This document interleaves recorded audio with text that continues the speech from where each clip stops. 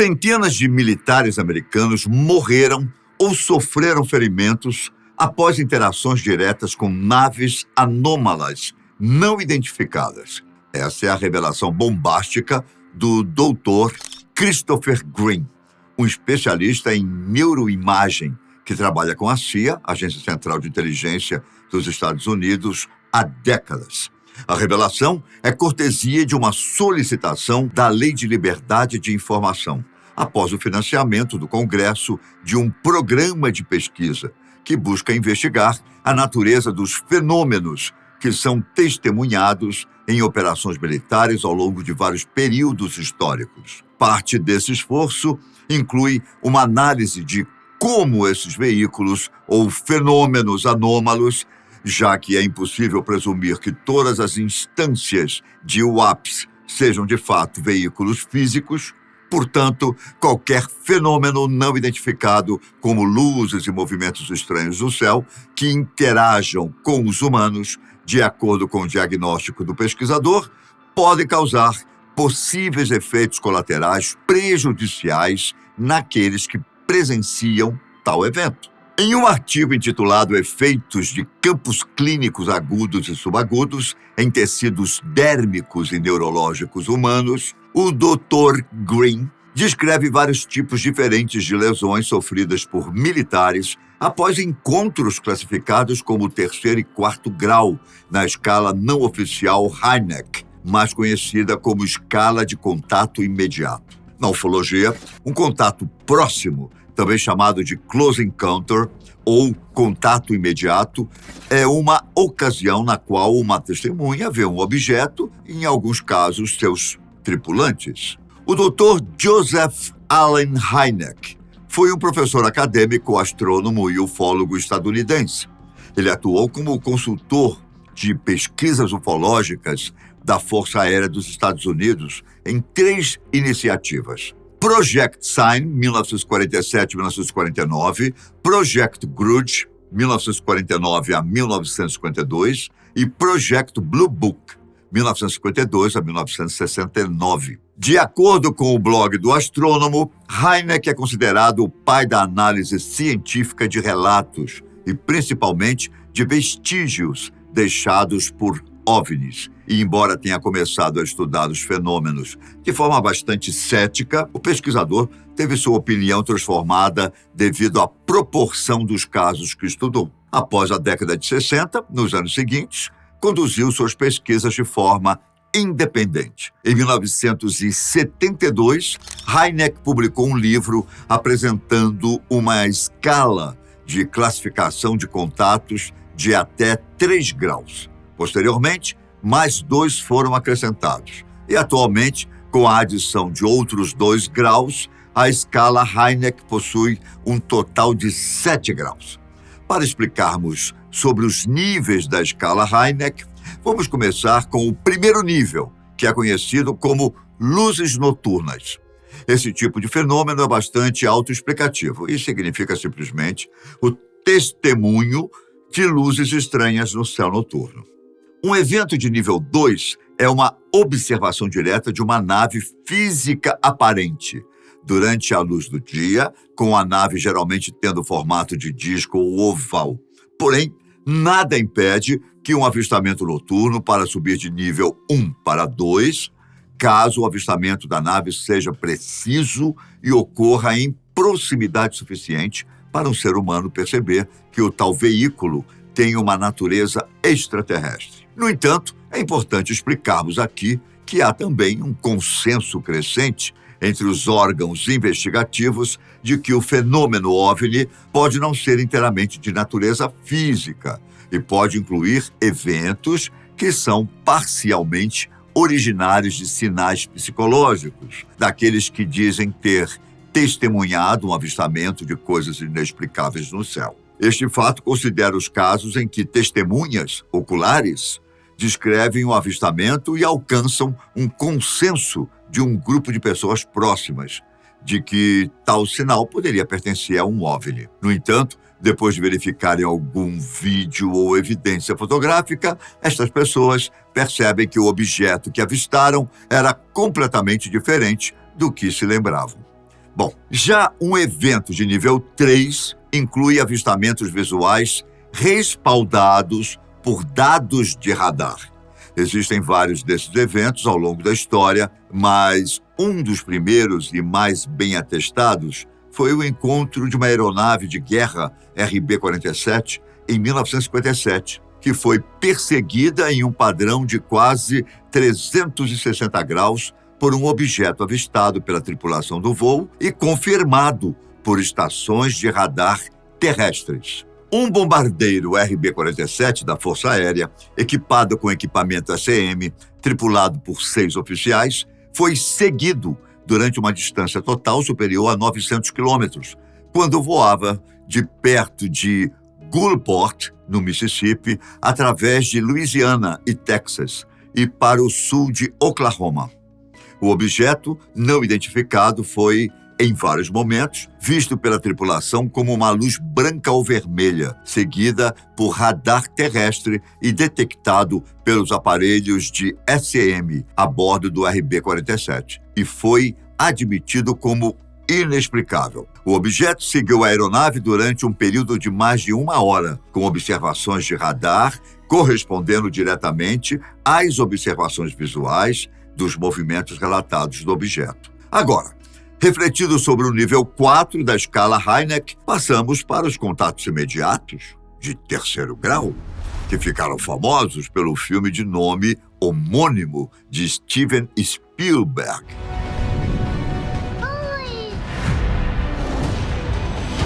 Lançado em 1977, o filme se baseia na escala original de 3 níveis de Hynek, que contribuiu com Spielberg no desenvolvimento da obra e até teve uma breve aparição em uma das cenas do filme. Conhecido como um encontro imediato, neste tipo de avistamento visual, um OVNI poderia ser percebido a menos de 150 metros a nível do chão. Esses encontros são definidos pelos detalhes da observação do objeto e incluem eventos como os numerosos avistamentos de OVNIs sobre locais de armas nucleares nos Estados Unidos e na União Soviética durante a Guerra Fria.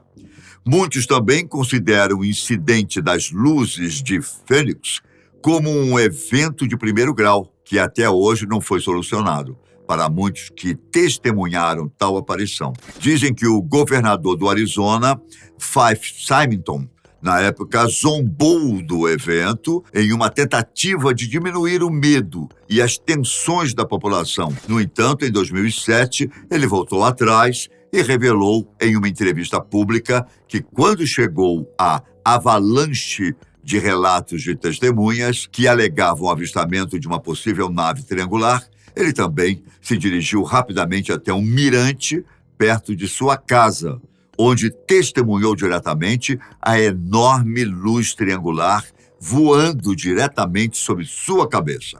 No dia 13 de maio de 1997, os céus de Arizona e Nevada, nos Estados Unidos, ficaram infestados de luzes.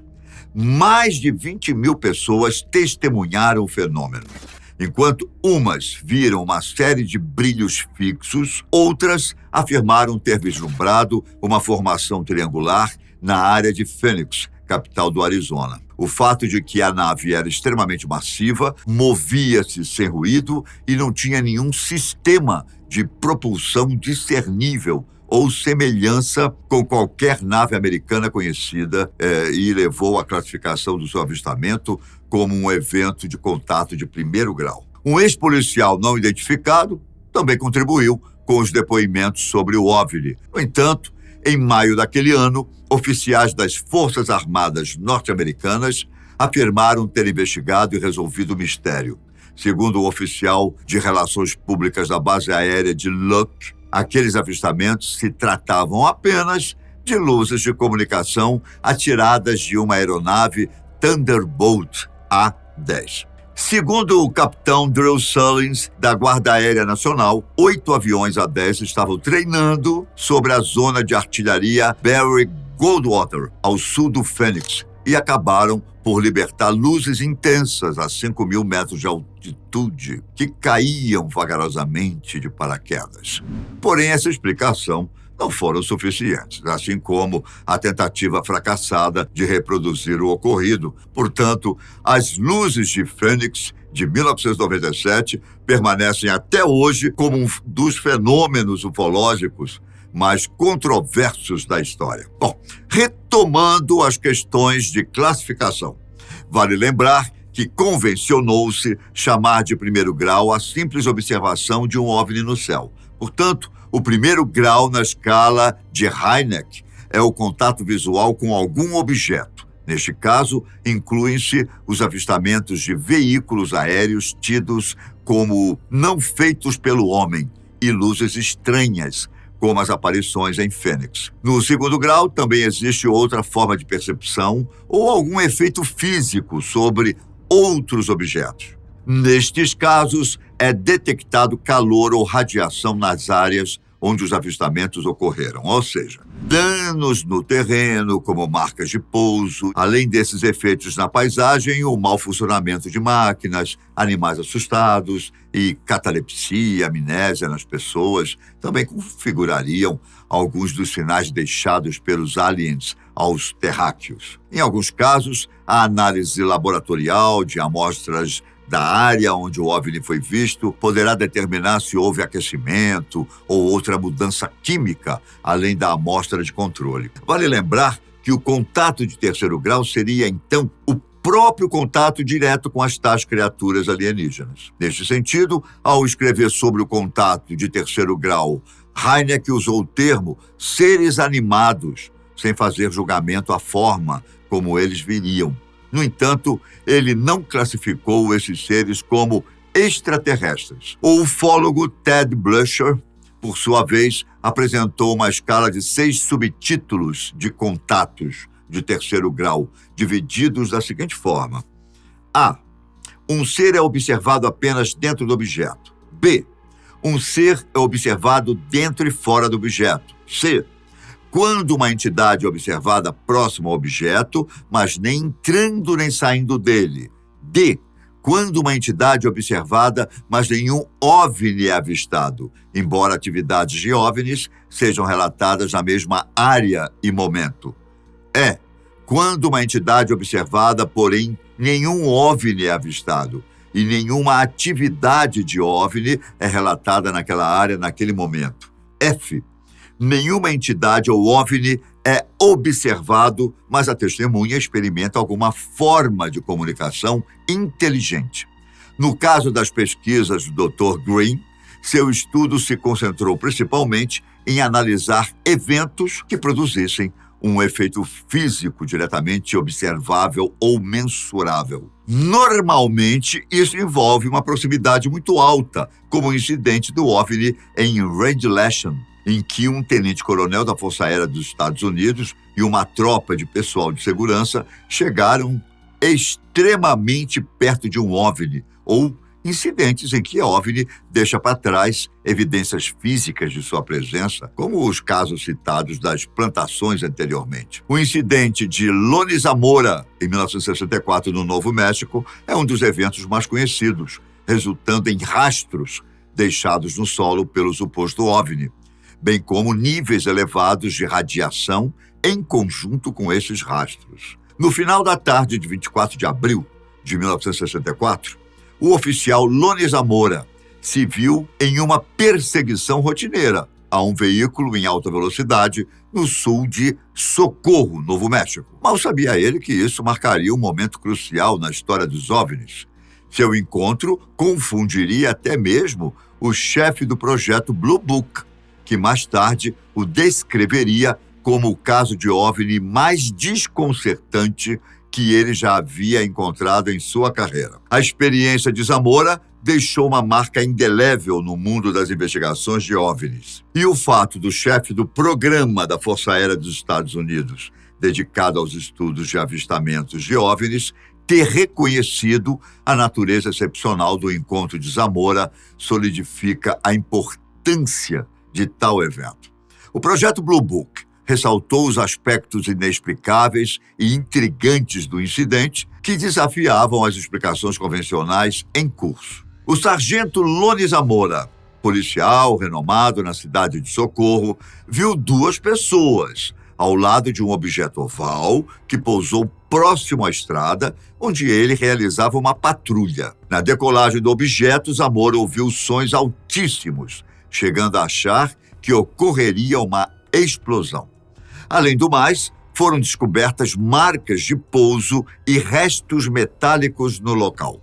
O caso intrigou pesquisadores e entusiastas de OVNIs, já que o relato de Zamora se destacou como uma evidência única e convincente. Sua experiência serve como um lembrete dos mistérios duradouros que cercam os objetos voadores não identificados e da busca contínua pela compreensão da verdade por trás desses encontros extraordinários. Este avistamento adicionou uma camada extra de intriga ao incidente, levantando questões sobre a natureza da nave e a presença destes dois indivíduos. A parte mais dramática do encontro foi o avistamento das chamas e o som estrondoso vindo do objeto.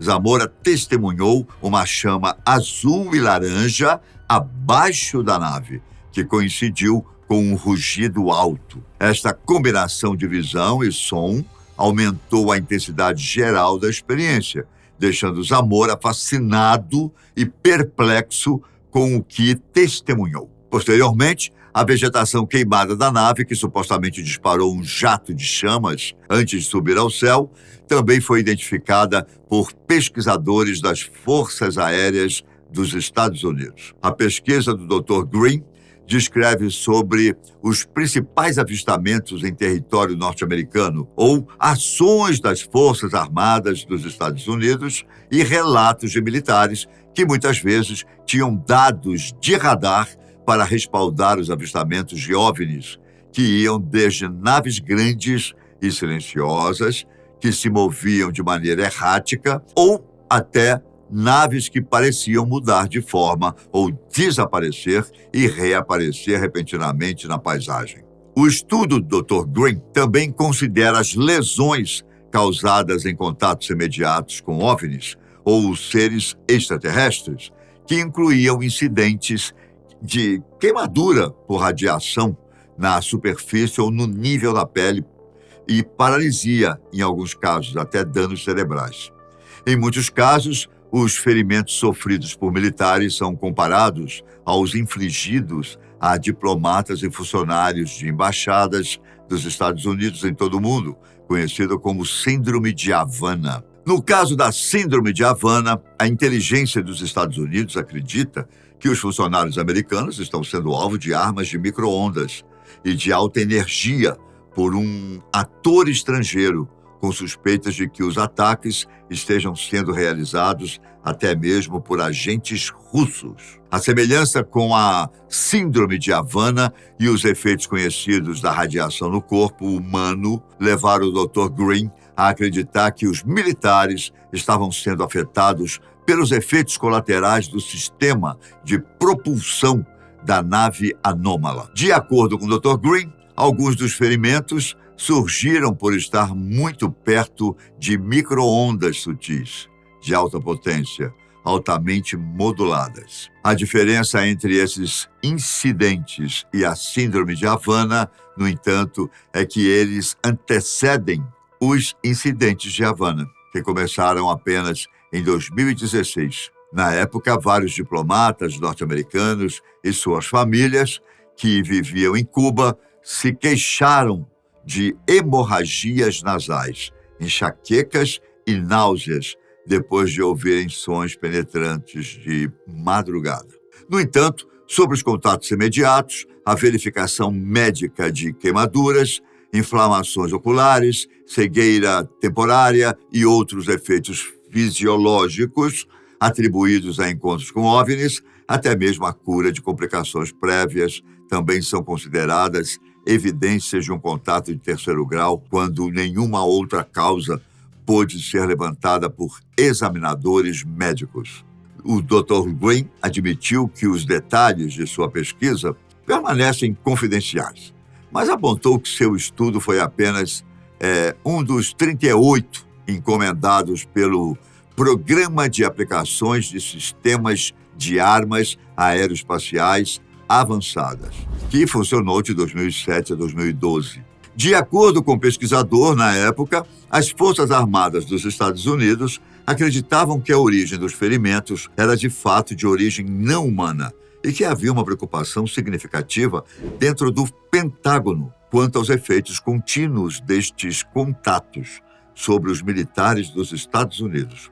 Os resultados de suas pesquisas apontaram que 10% dos pacientes morreram nos primeiros 7 anos após avistamentos desses fenômenos. E embora os casos permaneçam sem uma explicação satisfatória, se as pesquisas em curso conseguirem compreender como os ferimentos acontecem, será possível fazer engenharia reversa da tecnologia para perceber como os OVNIs funcionam e se são realmente extraterrestres ou de um adversário dos Estados Unidos, ou talvez até mesmo uma tecnologia avançada usada pelo próprio governo norte-americano. Até a próxima. Tchau.